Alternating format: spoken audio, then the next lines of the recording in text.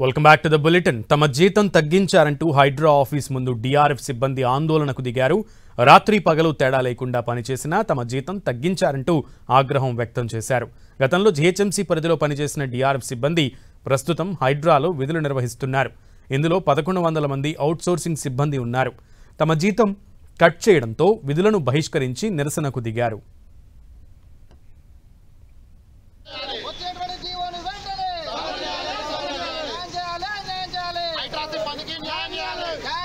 హైదరాబాద్ నగరంలో వివిధ అత్యవసర సేవలు నిర్వహిస్తున్నటువంటి హైడ్రా సిబ్బంది విధులను బహిష్కరించారు. తమకు రావాల్సినటువంటి వేతనాలను తగ్గించారనేది హైడ్రా సిబ్బంది ఆరోపిస్తున్నారు. మనం చూడొచ్చు, హైడ్రా ప్రధాన కార్యాలయం వద్ద బుద్ధభవన్ దగ్గర అందరూ కూడా ఇక్కడికి వచ్చి నిరసన తెలియజేస్తున్నటువంటి పరిస్థితి మనం చూడొచ్చు. హైడ్రా పోలీస్ స్టేషన్ ముందు వీళ్ళు ఉన్నారు. అదేవిధంగా పక్కనే హైడ్రా ప్రధాన కార్యాలయం ఉంది. ప్రధానంగా తమకు గతంలో వచ్చేటువంటి వేతనాలు ఏవైతే ఉన్నాయో అవన్నీ కూడా తగ్గిస్తున్నటువంటి పరిస్థితి ఉంది. దానివల్లే తాము తీవ్రంగా ఇబ్బందులు పడుతున్నామని చెప్తున్నారు. దాంతో నిరసన వ్యక్తం చేస్తున్నటువంటి పరిస్థితి ఉంది. దాదాపు 1200 మంది ఇందులో పనిచేస్తున్నటువంటి పరిస్థితి ఉంది. హైడ్రా సంబంధించినటువంటి కార్మికులు ఉన్నారు. మీరు ఎంతకాలం నుంచి ఇక్కడ పనిచేస్తున్నారు? అప్పుడు జీతం ఎంత ఉండే, ఇప్పుడు ఎంత ఇస్తున్నారు? ఇంతకుముందు జీతాలు 14,500 ఉండే మాకు ఈవీడిఎం ఉన్నప్పుడు. అప్పుడు కరోనా టైంలో కావచ్చు, సిరిసిల్ల ఫ్లడ్స్ కావచ్చు, వరంగల్ ఫ్లడ్స్ కావచ్చు, అప్పుడున్న కష్టకాలానుసారం విశ్వజిత్ సార్ దేవుళ్ళు అంటాడు మా దృష్టిలో పాత వాళ్ళకి. ఎందుకంటే 14,500 ఉన్నది, ఒక పిఆర్సీ ఇచ్చి 24,000 దాకా శాలరీ తీసుకొని వచ్చిండు. 14,000తోటి హైదరాబాద్లో జీవనం కొనసాగించాలంటే మామూలు విషయం కాదు సార్ అది. ఇప్పుడు హైడ్రా అయిన తర్వాత ఉన్న జీతాలను 24,000 జీతాలను 17,500గా జీవో అమలు చేసి ఫైనాన్స్ డిపార్ట్మెంట్ నుంచి ఒక జీవో రిలీజ్ చేసి అవే శాలరీస్ గత 2 నెలల నుంచి కంటిన్యూ అవుతున్నాయి.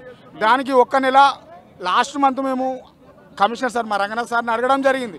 అట్లాంటిది ఏది జరగదు, నేను హామీ ఇస్తున్నా, అట్లా జరగని ఎడల నేను మీకు హామీ ఇచ్చిపోతున్నా, ఎట్లాంటిదైనా నేను చూసుకుంటా అని హామీ ఇవ్వడం జరిగింది లాస్ట్ మంత్.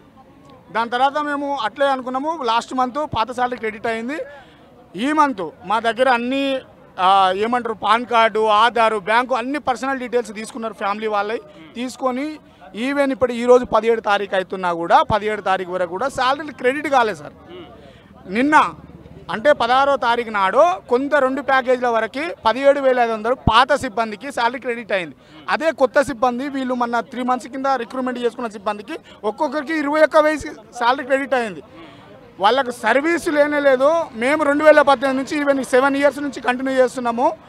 మాకు 17,500 శాలరీ ఇచ్చే వరకు మేము అయోమయంలో పడిపోయినాము. ఈ విషయం మీద 17,500 పడ్డ విషయం కూడా మేము అడ్మిన్ సార్ వాళ్ళని క్లియర్ అని తీసుకున్నాం. తీసుకుంటే పడతాయి అంటారు, కానీ ఎప్పుడు పడతాయి అనేది ఎంత తగ్గింది? ఒకరొకరికి ఎంత తగ్గింది? ఒక్కొక్కరికి 6,000 తగ్గింది సార్. ఒక రూమ్ రెంట్ అంతా తగ్గింది సార్ ఒక్కొక్కరికి.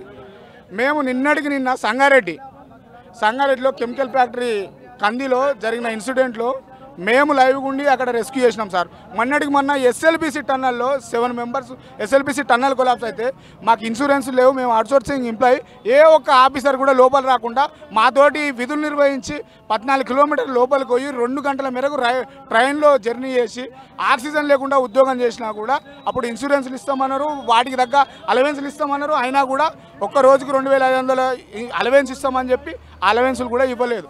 ఒక్కొక్కరము మనం చూస్తున్నాం, ప్రమాదకరమైనటువంటి ప్రాంతాల్లో పని చేయిస్తున్నారు తప్ప దాన్ని మాత్రం తమకు ఉపయోగపడే విధంగా అవసరమైనటువంటి చర్యలు తీసుకోవట్లేదు అనేది వాళ్ళు ఆవేదన వ్యక్తం చేస్తున్నారు. తమకు ఉండేటువంటి వేతనాన్ని అంతా కూడా ఈ విధంగా తగ్గించడం పట్ల వాళ్ళు ఆందోళన వ్యక్తం చేస్తున్నటువంటి పరిస్థితి ఉంది. ఏమంటున్నారు? అధికారులతో ఏమైనా మాట్లాడారా? మీరు ఏం చెప్తున్నారు? అధికారులకు అనేక సార్లు విన్నవించుకున్నాం, కానీ కంటి తుడుపు చర్యగా ఏదో అంటే ఏడ్చుకొని కళ్ళకు తుడిచినట్టుగా ఈ ప్రభుత్వం ఆలోచన చేస్తుంది.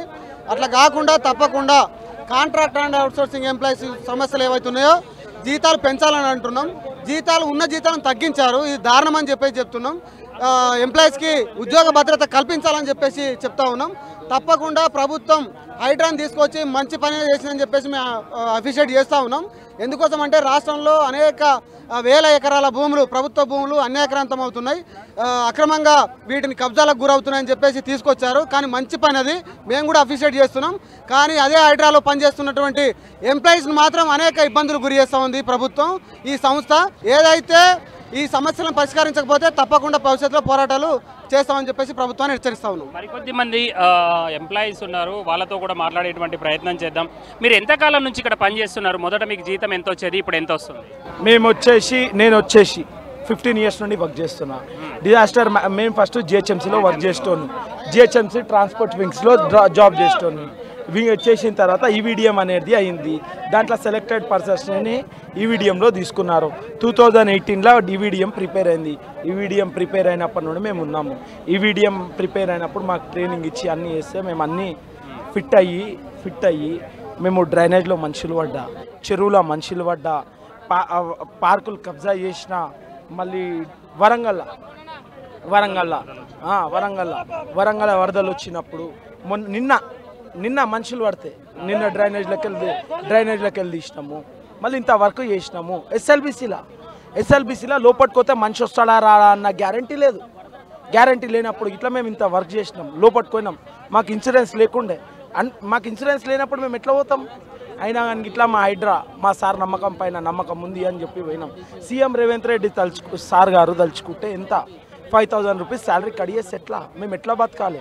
మా ఇంట్లో డిపెండ్ అయ్యేదే. మొత్తం ఇప్పుడు ఎంతమంది ఇట్లా ఇబ్బంది ఎదుర్కొంటున్నారు మీ సిబ్బంది? మొత్తం వచ్చేసి మా స్టాఫ్ వచ్చేసి 2000 స్టాఫ్ ప్రతి ఒక్కళ్ళకు ఉంది. కానీ అందరూ ఇట్లా డ్యూటీ పైన లీవ్, ఎవరికైతే షిఫ్ట్స్ ఉన్నాయో వాళ్ళు వచ్చి కూస్తున్నారు. అయినా ఇట్లా మా సంస్థ నడవాలి. ఇప్పుడు మాది ఎమర్జెన్సీ సర్వీస్.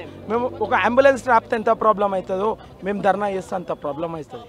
ఇప్పుడు ఫైర్ యాక్సిడెంట్ అర్జెంట్గా వచ్చింది. ఇప్పుడు కొద్దిమంది పనిలో ఉన్నారు, కొద్దిమంది వచ్చి ధర్నాలు చేస్తారు. ఉన్నారు. మా డిపార్ట్మెంట్కి వర్క్ చేసుకుంటా మేము చేసినాం. డిమాలిషన్ అవుతుంది. అయినా ఇట్లా వర్క్లో మా వాళ్ళు ఉన్నారు. ఇది మనం చూస్తున్నాం. వీళ్ళందరూ కూడా వందల సంఖ్యలో ఇక్కడికి వచ్చి చేస్తున్నారు. మరికొద్ది మంది ఏమో అక్కడ పని చేస్తున్నారు. అంటే పనికి ఇబ్బంది కాకుండా మేము ఇక్కడికి వచ్చి నిరసన తెలియజేస్తున్నాం. తమకు జీతాలు పెంచాలి, ఇప్పుడు ఏదైతే తగ్గించారో అదంతా కూడా మళ్ళీ ఇవ్వాలనేది ప్రధానమైనటువంటి డిమాండ్గా మనం చూస్తున్నాం. ప్రధానంగా సంబంధించినటువంటి అధికారులు తీసుకుంటున్నటువంటి నిర్ణయాలను క్షేత్రస్థాయిలో అమలు చేసేది మాత్రం పూర్తిగా ఈ సిబ్బంది వీళ్ళ ఉంటారు. కాబట్టి ఎలాంటి ఇబ్బందులు లేకుండా అటు కూల్చివేతలు కానీ, అదేవిధంగా ప్రభుత్వ భూములు కబ్జా అయినప్పుడు వాటిని తొలగించడం కానీ చేస్తున్నారు. అదేవిధంగా అనేక ప్రాంతాల్లో ఇటు వరంగల్ కానీ మిగతా సిరిసిల్లలో కానీ ఎక్కడైతే వరదలు వచ్చినటువంటి సందర్భాల్లో అలాంటి దగ్గర, అదేవిధంగా ఎస్ఎల్బీసీ టన్నెల్ ప్రమాదం సందర్భంలో కూడా తాము పని చేశాము. కానీ ఇప్పుడు మాత్రం తమకు వేతనాలు తగ్గిస్తూ ఈ విధంగా ఇబ్బందులకు గురి చేయొద్దనేది ప్రధానంగా వాళ్ళ ఆందోళన వ్యక్తం చేస్తున్నటువంటి పరిస్థితి అయితే మనం ఇక్కడ చూడొచ్చు. కెమెరా పర్సన్ మనోరంజన్తో రాముడు 10 టీవీ, హైదరాబాద్.